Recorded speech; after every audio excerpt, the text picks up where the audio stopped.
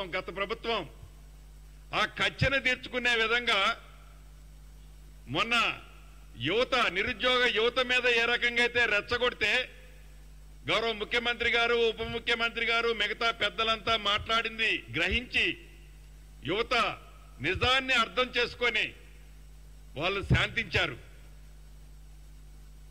నిజంగా వాళ్ళకి మనస్ఫూర్తిగా నా పక్షాన, రాష్ట్ర ప్రభుత్వ పక్షాన కృతజ్ఞతలు తెలియజేస్తున్నా.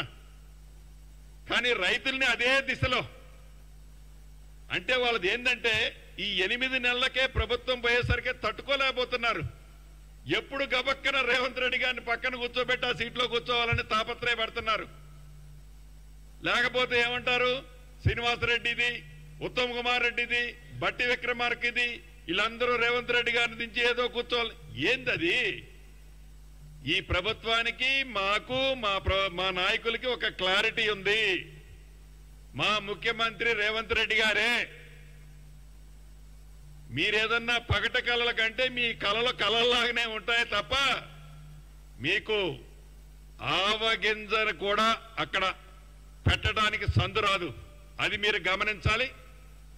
ఇక యువత విషయంలో, మహిళల విషయంలో, విద్యార్థుల విషయంలో మీరు మొన్న చూశారు. విద్య పట్ల ఈ ప్రభుత్వం యొక్క చిత్తశుద్ధి ఏంటో. అమ్మ ఆదర్శ పాఠశాలల ద్వారా మౌలిక వసతుల్ని సుమారు 637 కోట్లు, గతంలో లాగా పేపర్ ఇచ్చి మేము జీవో ఇచ్చేసాము అయిపోయిందని అల్లా 637 కోట్లు ప్రతి జిల్లాలో ఖర్చు పెట్టి, మొత్తం 637 కోట్లు ఖర్చు పెట్టి అన్ని పాఠశాలల్లో మేజర్గా ఉన్న సమస్యల్ని ఈ ప్రభుత్వం చిత్తశుద్ధితో వాటిని పరిష్కరించింది. మొన్న అసెంబ్లీ సాక్షిగా గౌరవ ముఖ్యమంత్రి గారు చెప్పారు,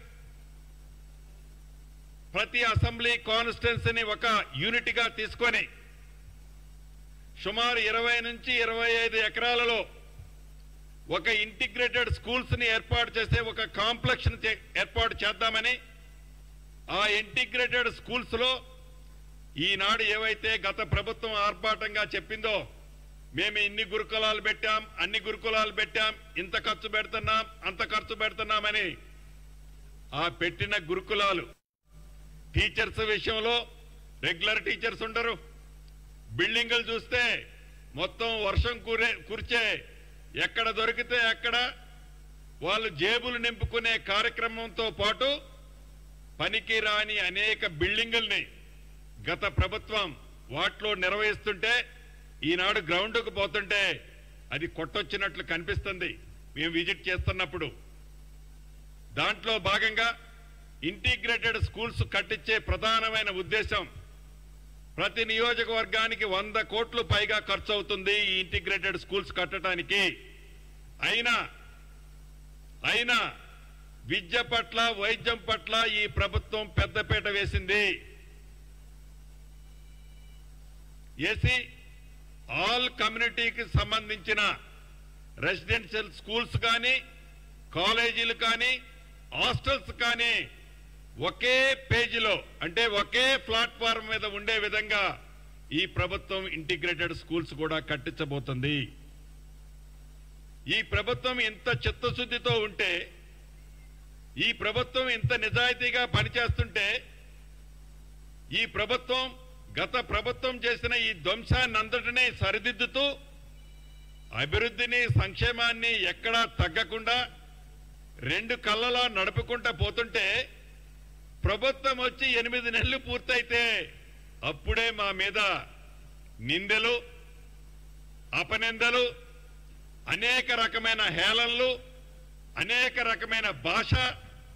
అంటే ఈ ప్రభుత్వం యొక్క పనితీరుని జీర్ణించుకోలేక ఈ ప్రభుత్వం మీద ఏ రకంగా అవాక్కులు చవాక్కులు ఆనాటి మంత్రులు కానీ, ఆనాటి ముఖ్యమంత్రి గారు వస్తారు ఎప్పుడో ఒక్కసారి అట్లా చీల్చి చెండాడుతా అంటాడు, మళ్ళీ 6 నెలలు 9 నెలల దాకా మళ్ళీ ఎవరికి కనబడరు. మీరు ప్రత్యక్షంగా ఈనాడు చూస్తున్నారు మీడియా మిత్రులే. ఎప్పటి నుంచో మీ సమస్య ఉంది, ఇళ్ల స్థలాల సమస్య. ఈ ప్రభుత్వం వచ్చిన తర్వాత తీరుస్తామని చెప్పాం. రాబోయే కొద్ది రోజుల్లో మొదటి విడతగా న్యాయస్థానం నుంచి ఏదైతే క్లియర్ అయి వచ్చిందో ఆ జవహర్ సొసైటీకి సంబంధించిన సుమారు 72 ఎకరాలని ఒక మంచి ఫంక్షన్ ఏర్పాటు చేసుకొని గౌరవ ముఖ్యమంత్రి గారి చేతుల మీదుగా 1000కి పైగా ఉన్న సీనియర్ జర్నలిస్టులకి ఇళ్ల స్థలాలకి ప్రభుత్వం అతి కొద్ది రోజుల్లోనే ఇచ్చుకోబోతుంది.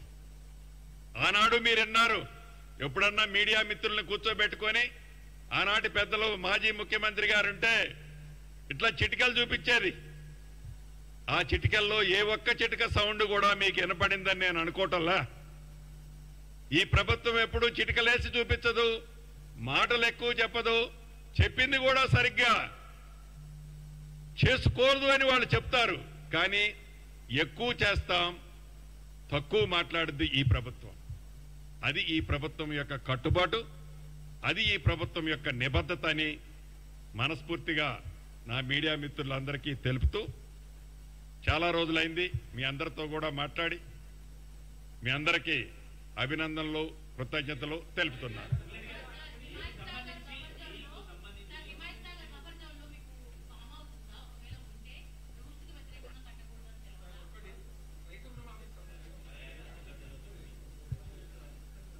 ఎస్ ఏదైతే నా సోదరేమని అడిగినట్లు గత 10-15 రోజుల నుంచి చూస్తున్నాను. అనేక అవాక్కులు చవాక్కులు, అసందర్భంగా అనేక వాదనలు, ఆ మీడియాకి సంబంధించిన తొత్తులు, ఆ మాజీలకు సంబంధించిన కొన్ని వ్యవస్థలు నా మీద బురద చల్లే ప్రయత్నం చేస్తున్నారు.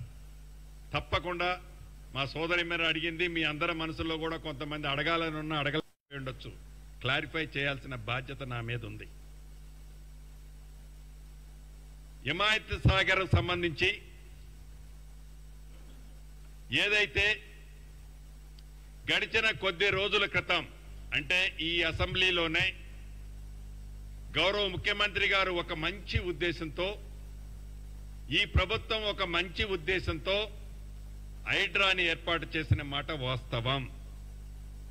ఈ హైడ్రా యొక్క ముఖ్య ఉద్దేశం సామాన్య ప్రజలు మోసానికి గురి కావద్దని, సామాన్య ప్రజలను ఎవరైనా ప్రలోభాలు పెడితే ఆ ప్రలోభాలు పెట్టిన వాళ్ళమే చట్టరీత్యా చర్య తీసుకోవడంతో పాటు ప్రభుత్వానికి సంబంధించిన స్థలాల విషయంలో కానీ అదే రకంగా రిజర్వాయర్లు, ఇతర ప్రాంతాల్లో ఎఫ్టీఎల్లు, బఫర్ జోన్లో కన్స్ట్రక్షన్ చేసిన ఇళ్ల మీద కానీ ఆనరబుల్ సుప్రీంకోర్టు, హైకోర్టు అనేక సందర్భాల్లో ఈ అక్రమ కట్టడాలకు సంబంధించిన విషయాల్లో, ముఖ్యంగా ఎఫ్టీఎల్లో ఈ బఫర్ జోన్లో ఇళ్లు కట్టిన దాని మీద